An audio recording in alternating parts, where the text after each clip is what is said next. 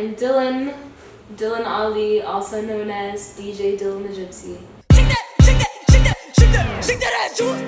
We haven't talked in months, fun just isn't fun. I barely even eat anymore, and we don't cry for sleep anymore.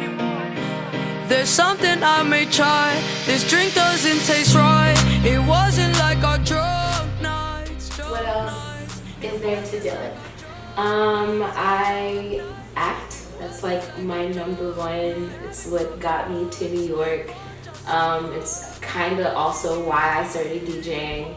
And I really just act and DJ, but I like love music, fashion, art, culture, all of it. But those are my two passions, I guess. What are some of the most powerful moments and experiences that you can recall? 3 of them. My most powerful moments. Okay, my recent most you know what, you that nigga moment for me was okay, so I had planned this Four Corners art show in DC, right? And there had been a whole bunch of miscommunications with the venue and the collective that I'm working with. And the collective wanted to charge 10 at the door. The venue wanted us to do something like a donation, suggested donation, whatever. And at first, my collective was like, no, we're not about to do this. I had worked so hard on this event, and I was like, nah, it's a good look.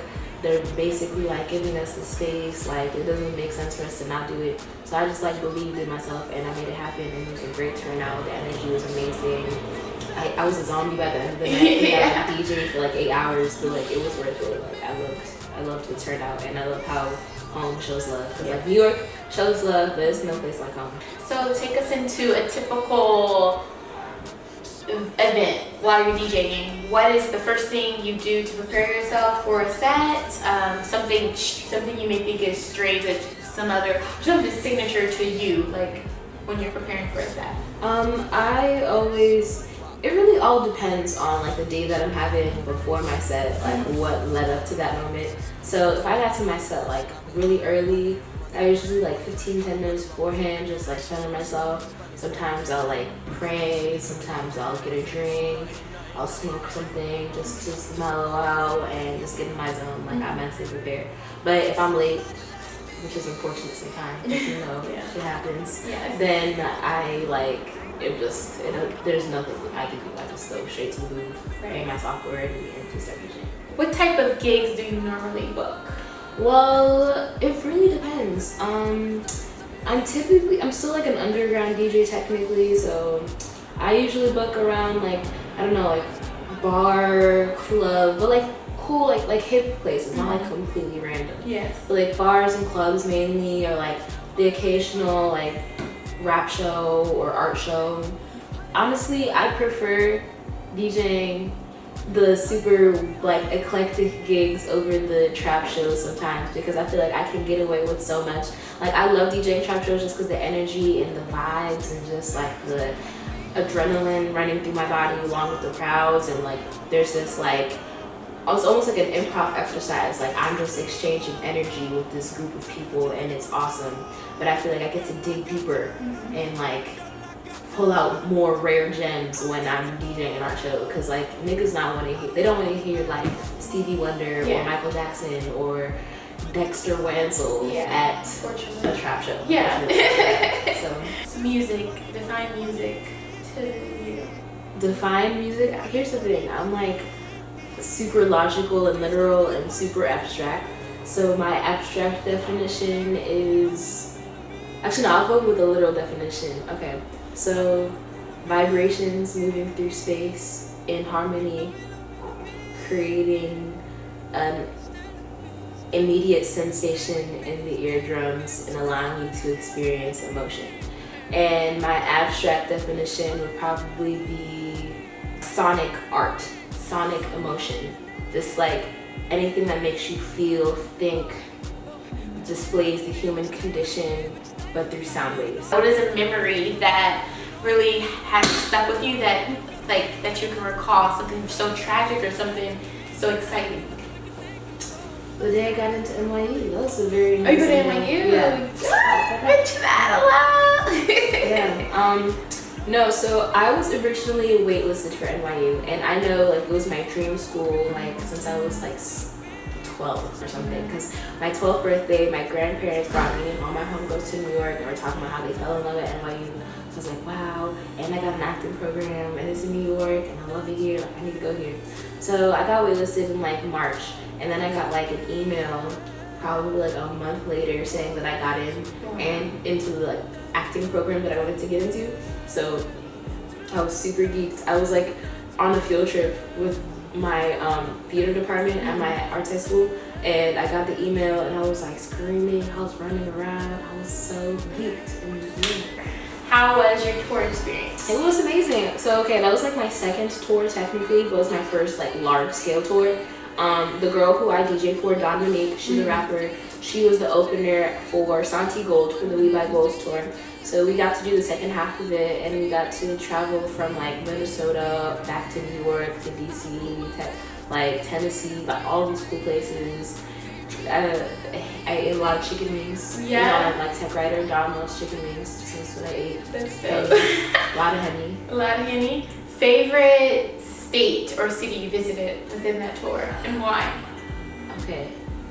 It's a tie between, our best shows were a tie between, I want to say, Boston and Tennessee. But my favorite places to be, actually no, in DC. I loved performing back home. I loved it. Those are my three favorites. I can't find one because it's like there's all the places are so different. Like I feel like you can't compare New York to Nashville or Nashville to Fort Lauderdale because they have their own respective culture. But yeah, and then food wise, Nashville hands down. Nashville. Describe the audience receptivity within each show. It was cool. Compared to New York. Okay, so we lucked out because Santi Gold has a very open fan base. They're very open-minded. They were very receptive to us, and they just liked how we looked and the energy that we brought, and they were vibing. Mm-hmm. And I feel like if we were to have opened up for like a super like poppin', trendy rap artists like Lil Uzi or Young Thug or Yachty or something, like the crowds would have been receptive, but they wouldn't have been to the same level because at the end of the day, niggas just want to hear the headliner.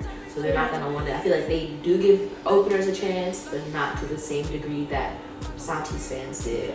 Because we have performed in those environments before, and I feel like there's more love. But the energy is like, it's kind of like one thing that I had to really experiment with, especially for my opening sets, is because like they're older and more diverse. I had to like play for that instead of like, I know kids my age want to hear a top 40 or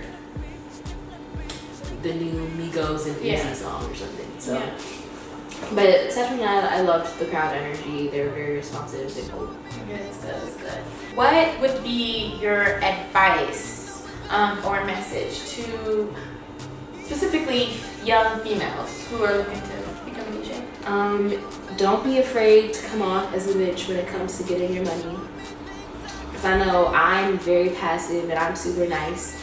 And I used to let people walk over me, and to a certain extent, I still have to continue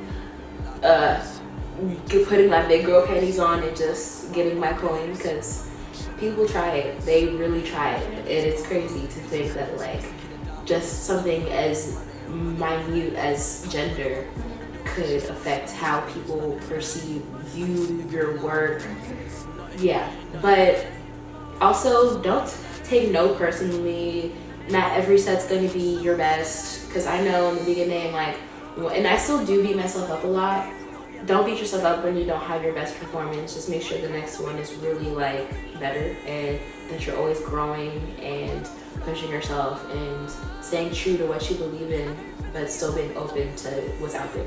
How do you critique your performance? Well, so I based it off of were my transitions good, the length that I played the songs, how the crowd responded to each song, if the transitions from not just song to song, but genre to genre made sense. Because you don't want to hear all trap music, you don't want to hear all top 40, you don't want to hear all throwbacks. You want to make sure that you have a good like balance of each one, so people don't feel like they're in the hood, and they also don't feel like they're in a Throwback Thursday, they also don't feel like they're in a lame ass club. Right. Like it's just making sure you're always cognizant of the audience's experience, but through your own lens or through your own taste almost. Thank you so much for sitting in with me. This is Dylan the Gypsy, so keep your eyes on her.